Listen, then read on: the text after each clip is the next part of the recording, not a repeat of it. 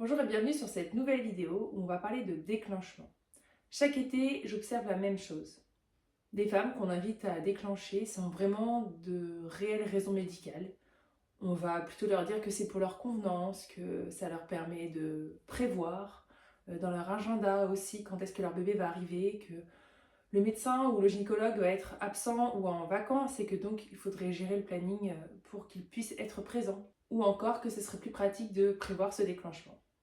Alors c'est pour ça qu'aujourd'hui je vais te parler de déclenchement, surtout pendant l'été, pour t'expliquer ce que c'est et que ce n'est pas juste mettre un petit peu plus de persil ou de sel dans ton assiette, que ça a un réel impact, un réel enjeu et que c'est une décision qui n'est pas juste à prendre par défaut ou en tout cas à voir par le prisme de la convenance ou du fait de savoir dans ton agenda quand est-ce que tu vas avoir ton bébé, quand est-ce que tu vas l'accueillir dans ta vie.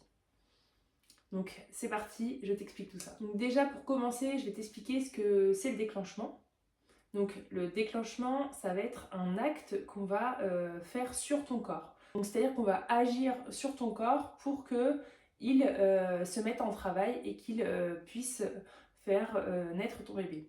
Donc c'est un geste pas anodin et c'est un geste qui n'est pas physiologique puisque c'est la main humaine, en fait, la main extérieure de quelqu'un ou un produit extérieur qui va faire en sorte que ton corps se mette en route alors que pour le coup naturellement il ne se mettait pas en route. Donc c'est ce qu'on appelle un début de travail dit artificiel. Le déclenchement il peut se faire de plusieurs façons. Donc la première façon ça peut être le décollement des membranes. On peut te proposer un tampon ou un gel pour maturer le col. On peut aussi te proposer une perfusion d'ocytocine de synthèse et parfois on peut carrément te percer la poche des os de manière artificielle. Donc ces méthodes qui existent, elles ont leur place lorsqu'il y a un problème médical, c'est-à-dire lorsque le bébé commence à montrer des signes de fatigue ou que toi, en tant que femme enceinte, tu commences à avoir des problèmes aussi de santé qui pourraient être graves et qui pourraient te mettre en danger ou mettre en danger la vie de ton bébé. Bien sûr que dans ces cas-là, un déclenchement est intéressant et est à réfléchir pour ton cas ou ta situation, mais c'est vraiment à regarder au cas par cas.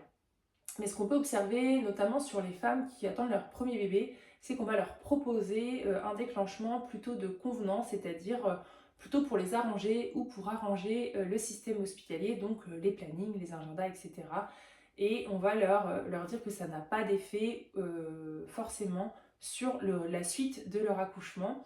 On va plutôt banaliser un peu le déclenchement en disant voilà, c'est quelque chose qui est proposé pour déclencher, pour mettre en route le travail, mais on ne va pas expliquer quels sont les risques et les bénéfices de cet acte. Et elles vont davantage aussi proposer, par exemple l'été ou pendant des périodes de vacances, pour pouvoir euh, bah, adapter le planning du personnel hospitalier qui est aussi de moins en moins nombreux. Après, j'ai pas de statistiques ou de chiffres sur ce phénomène, mais c'est ce que j'observe, en tout cas c'est ce que j'ai pu observer souvent des femmes que j'accompagne qui vont avoir tendance, quand elles ont leur terme en été, pendant les vacances de Noël par exemple, des propositions plus faciles aussi de déclenchement et ça s'avère aussi de toute façon vrai sur toute la France puisque les taux de déclenchement étaient en augmentation déjà en 2021. C'est vraiment basé sur une observation, sur ce qu'on peut entendre dire autour de soi, où souvent on va proposer aux femmes entre 39 et 40 et ça, de déclencher pour qu'elles soient plus tranquilles, pour faciliter la prise en charge ou toute autre raison, mais qui n'est pas réellement médicale, où ça va être aussi potentiellement un bébé qui pourrait être trop gros ou trop petit, mais sans vraiment avoir au final eu un suivi spécifique sur le poids de son bébé, alors que on va mettre un petit peu la pression sur la fin de la grossesse, sur le fait que par exemple il risque d'être trop gros, donc de ne pas passer, donc du coup de proposer un déclenchement, alors qu'avant la femme n'en avait jamais entendu parler. Donc vraiment tous ces éléments, lorsque on les reçoit, j'invite vraiment toutes les femmes enceintes, je vous invite vraiment à prendre du recul, à pas forcément accueillir cette annonce ou cette proposition comme but en blanc et de se dire ok on fonce et on réfléchit pas. C'est vraiment de faire un pas de recul et de regarder quelle est votre situation, comment tu te sens dans ton corps, comment tu sens ton bébé, si les échographies elles étaient bonnes, si voilà, d'ordre général tu n'as pas de problème de santé, etc.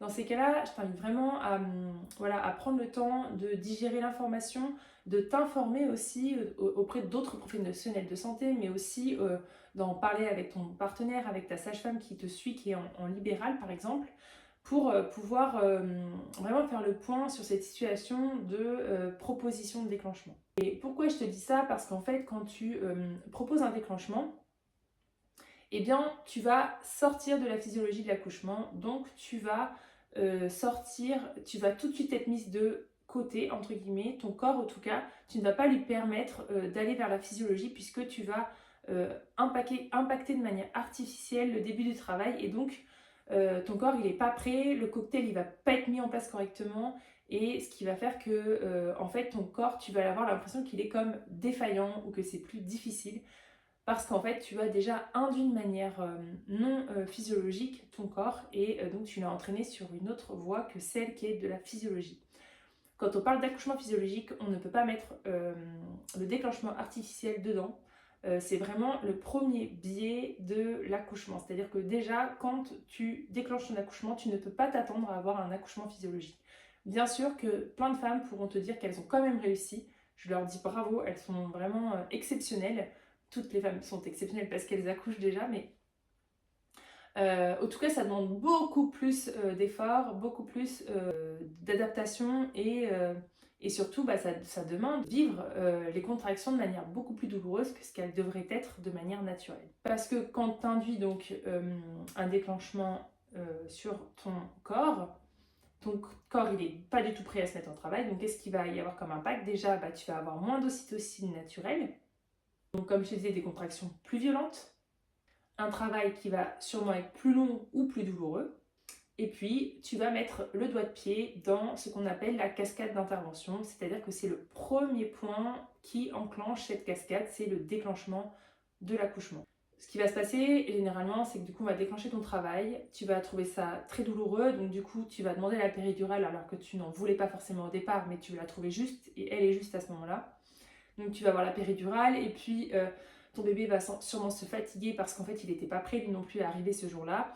Et puis, donc s'il va se fatiguer, on va commencer à vouloir aider ton bébé. Et puis, potentiellement, tu vas finir en césarienne d'urgence parce que ton bébé ou toi, vous n'êtes plus en état de faire que cette naissance se passe de manière sans incidence, ou en tout cas sans risque pour l'un ou pour l'autre. Je suis vraiment pas là pour te faire peur ou pour te peindre le tableau le plus négatif.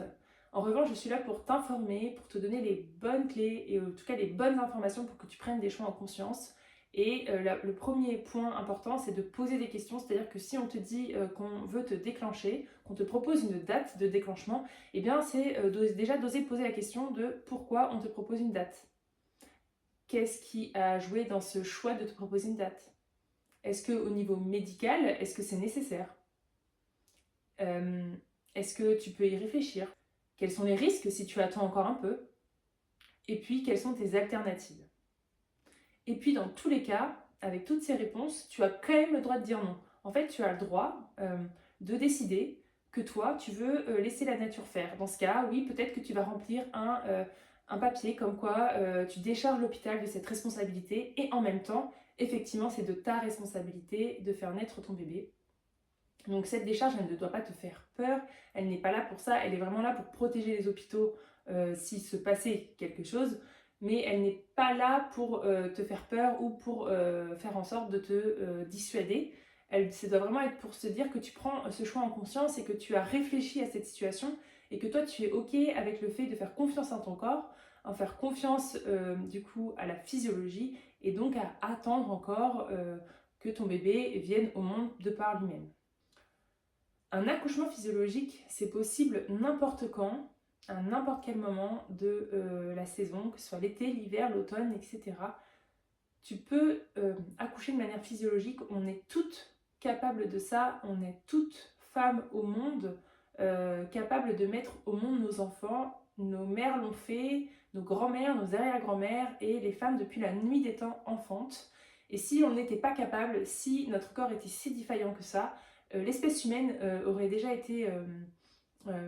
disparu en fait avant l'ère de la médicalisation.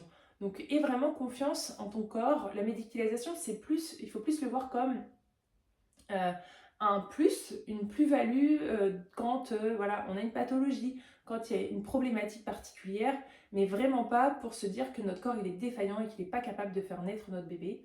Ton corps il est fait pour ça, il a tout ce qu'il faut en lui, il est capable. Après, on a perdu cette transmission de confiance et de comment faire naître nos bébés, donc on a besoin de se préparer, mais ton corps, il est complètement fait pour ça, il est parfait pour ton bébé, il a exactement les bonnes dimensions, il a exactement les bonnes courbes, tout ce qu'il faut pour le faire naître en bonne santé. Le plus important dans cette étape, c'est-à-dire que lorsqu'on te propose un déclenchement, ça peut te déstabiliser dans ton choix, ça peut te déstabiliser dans ton projet. Et l'objectif, c'est justement de garder cette stabilité, donc de ne pas hésiter à en parler, de ne pas hésiter à se faire accompagner et surtout d'aller voir ailleurs, de poser des questions en dehors de la maternité qui te propose ce déclenchement pour te rassurer sur le fait que tu es complètement capable et que tout est OK pour toi et ton bébé. Moi aussi, c'est ce que je te propose dans mon accompagnement. Je te propose vraiment de t'accompagner et de répondre à tes questions lorsque justement il y a cette interrogation du déclenchement qui peut venir lors de la fin de ta grossesse, mais pas que. Je te permets vraiment d'être sereine, d'être en tout cas outillée de manière consciente sur tous les points importants que tu as à savoir, que ce soit au niveau de la connaissance, mais aussi au niveau des outils pratiques de la respiration ou autre, pour que tu puisses justement arriver à ce jour de la naissance de ton bébé en étant complètement en phase avec toi et ton corps, en étant complètement sereine et confiante avec qui tu es et ce que tu veux vivre. J'espère que cette vidéo t'a plu et t'a informé sur le déclenchement. N'hésite pas à t'abonner à ma chaîne YouTube, à t'abonner à mon compte Instagram pour plus de contenu et de tips sur l'accouchement physiologique. Et si tu veux qu'on travaille ensemble, tous les liens sont dans la description de cette vidéo. À bientôt!